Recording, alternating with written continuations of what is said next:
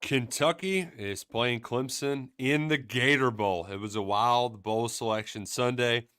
KSR, we're here to talk about it with another edition of Rapid Reactions. Typically, it's me and somebody else and a bunch of other people gabbing for a little bit, but we got some folks on vacation. Luckett is actually in Jacksonville right now as we speak. I guess he needed to get an early look and scout out the digs. He must have known.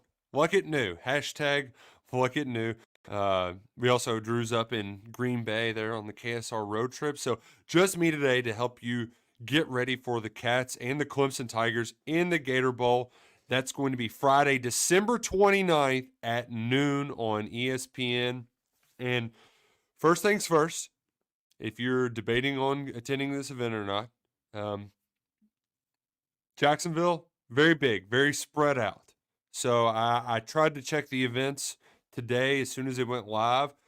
They don't have any events live yet, so I don't know if they're actually going to have stuff around EverBank Stadium. I know they're putting a lot of money into renovating that currently, so your probably best bet is to go to the beaches area.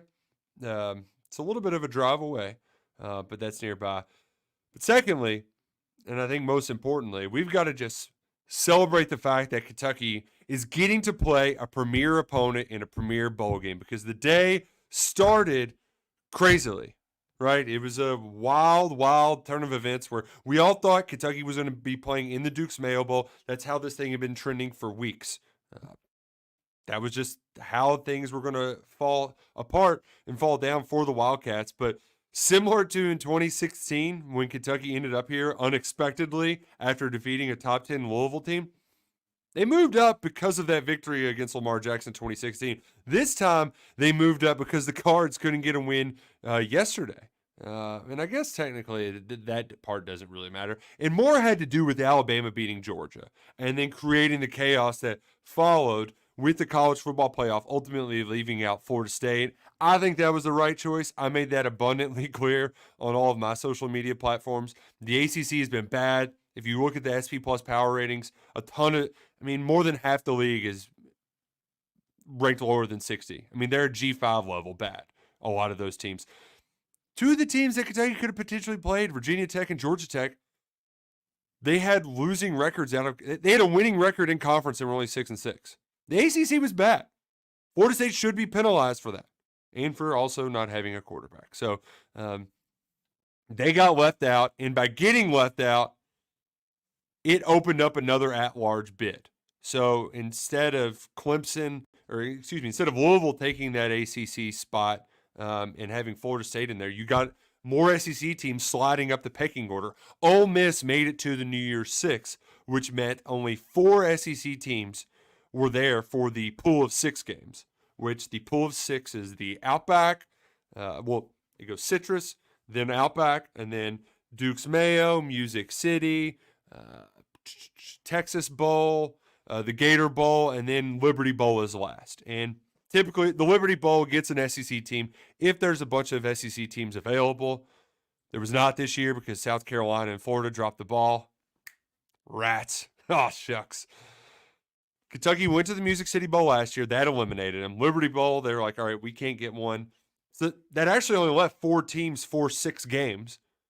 So Duke's Mayo, they were like, all right, well, we'll take this opportunity. We'll trade out an SEC team. So they went, got West Virginia, and that's how Kentucky stumbled in to the Gator Bowl, a place that the Cats have been to twice since Mark Stoops started this 8-year record run. And both of those previous games were weird games. The first one, it's so weird how just certain moments just come to mind when you think of games. That's the only memory I have of that game is the 4th play of the game. And that was Steven Johnson getting strip sacked. And immediately you knew, game over. Like, there's no way Kentucky can overcome the rambling wreck of Georgia Tech, Paul Johnson, and their triple option by digging themselves in a 7-0 hole. It just wasn't going to be possible. That game was over before she wrote. But, it didn't really matter, right? We were kind of in the we're just happy to be here sort of phase.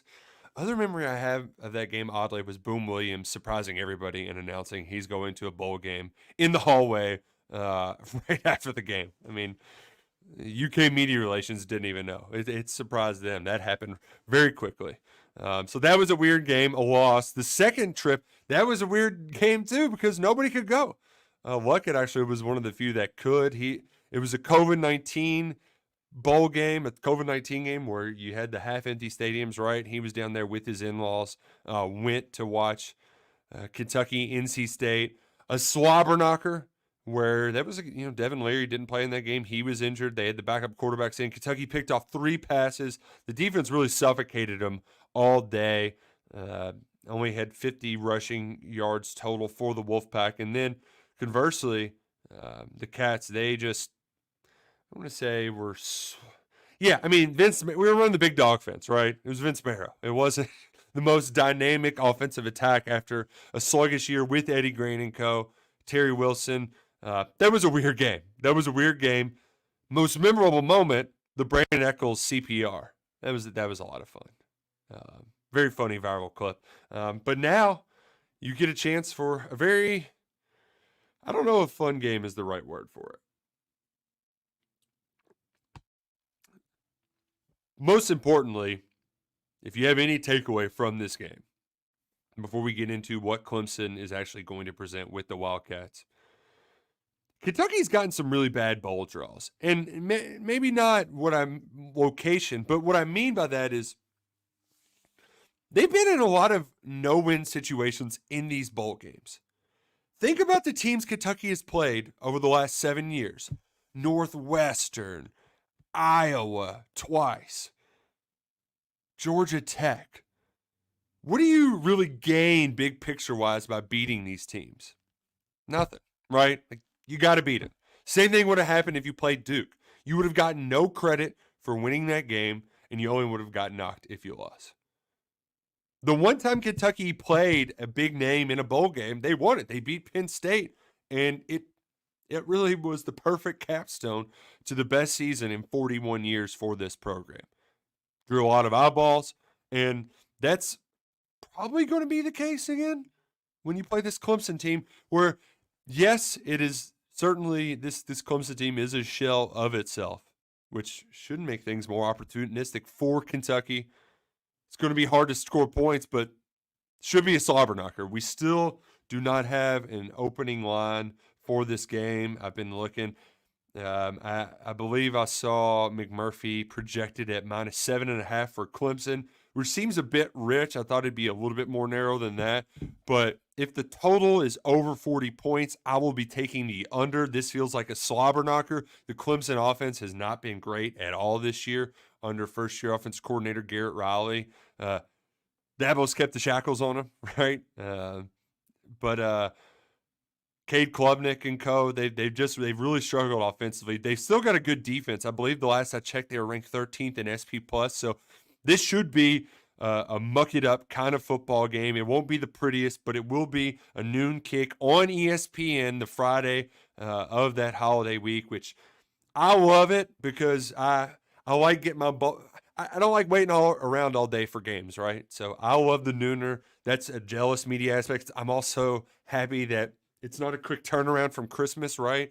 For most fans, if this would have been Mayo Bowl, you're leaving the day after Christmas or even the morning of. That's a quick turnaround. Now you get a little bit of time. If you want, you can do a 3-day weekend and kind of enjoy the rest of the slate on Saturday and then an NFL Sunday if you wish. So a lot of versatility here, and you get to see a team that this is fun. You're playing a team you've got a little bit of history with. Kentucky played Clemson twice in 4 years during that Rich Brooks run, and then if you were around in 1993, you experienced epic heartbreak in the Peach Bowl when Marty Moore picked off the pass to seal a victory and then proceeded to fumble the ball back to Clemson, and then the Cats lost that Peach Bowl game. So the Cats have some history against the Tigers in bowl games, and now they'll get a chance to make a little more against Dabo Swinney, who that was his first bowl win, was actually against the Kentucky Wildcats in his first season as head coach. The year before he was promoted, or the year before he was the interim head coach about halfway through. I believe it was Tommy Bowden who got fired. Dabo takes over. Billy Napier was actually the interim offensive coordinator for that team. They removed the interim tag. He has, and now I can't think of the running back's name, who was great for him. Um, oh man, that's going to kill me because he was the ultimate fantasy back there for a few years. But they ended up beating Kentucky, getting revenge for that Andre Woodson Bowl win in the Music City Bowl a few years prior.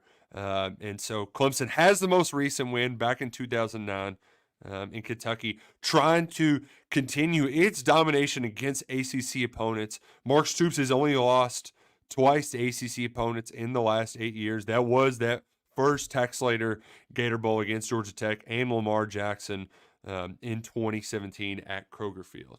So we're going to wrap things up here soon, but if you got anything, hit up the chat real quick if you got any questions. I'm going to scroll through and see if we got anything good here.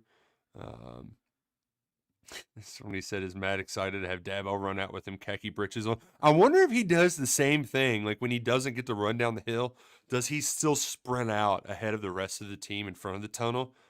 We're going to get to find out at the Gator Bowl. One other thing I need to mention too, another classic. It wouldn't be a Kentucky Bowl game if there wasn't a basketball game on the same day or the day before. I remember the High Point game with Tubby going to the rafters, being at the team pool. The guys were like swimming in the pool. We're watching it at the hotel bar down at the Citrus Bowl the day before the game. I believe it was the day before the game.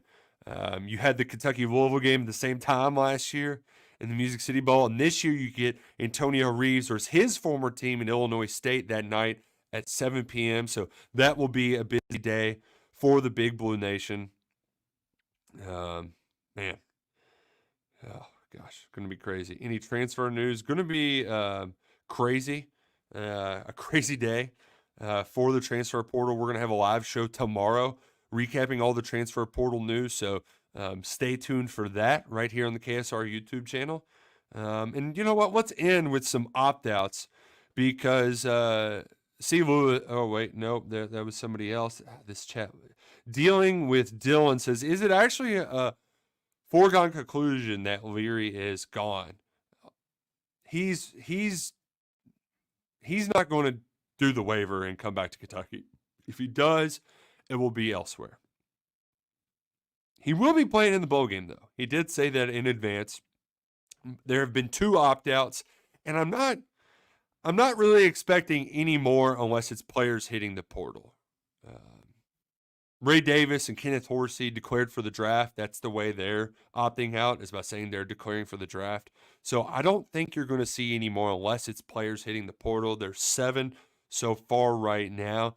That number will probably get up. It'll probably double, I would imagine, to about 14, but not this week, right? A lot of those happen after the bowl game. And there's even some that happen in the spring as well. I think last year the number ended up settling in around 16 or 17. And it probably won't be as much this year. So that's kind of what I'm expecting numbers-wise. But I do expect Devin Leary to be in the bowl game, which is huge because, last year sucked. Last year sucked without a quarterback, dealing with a backup quarterback. It sucks, especially if you were to go up against a defense like this, like Clemson. Kentucky will be without its most valuable player in Ray Davis, who had 20 offensive touchdowns this year, a new single-season record. But Ramon Jefferson has proven to be pretty solid over the last couple of weeks of the season. And then you also kind of want to see what Kentucky has next up at that position because Davis is gone. Demisu Mukarme's gone, not Demisu Mukarme. Jefferson's gone. Jatan McClain announced he's hitting the portal. He won't be at the bowl game. So you want to see what Demisu Mukarme can give you can provide from that running back position. And then Jamarion Wilcox, right? That kid is a guy they had very high hopes for, a 4-star talent. They signed late in the process over Clemson. You'd like to see what he brings to the table because he's going to be one of 3 freshmen vying for playing time next year. So it's a very exciting time. I'm hopeful and optimistic that it will be a good matchup. And frankly, I'm ecstatic. I'm so happy. As much as it would have been fun to provide Mayo content, I'm much more excited to provide Jags content. Not only like the Jags are in town on New Year's Eve, 2 days later. So you can stick around, watch Josh Allen play, watch Luke Fortner play. I know some people in the Jags organization outside of those guys, so we'll probably get to do some cool content behind the scenes there. So it's going to be an exciting time, and KSR is going to be there every step of the way with you. So should be a lot of fun. We're going to have plenty of live shows leading up to it. A lot of folks down there in Jacksonville. Tomorrow, stay tuned right here for at the KSR YouTube channel. Wildcats going to take a break from having fun down in Jax before the Jags host his Bengals. We're going to do a transfer portal show, a little transfer portal mania. Look for that around noonish, 1-ish, early on in the day, early afternoon. And yeah, we'll be updating you throughout the day. It's going to be chaotic. Mark Stoops is speaking some point tomorrow at a press conference. So wild times for the Big Blue Nation. We appreciate you joining us for this edition of Rapid Reactions right here on the KSR YouTube channel.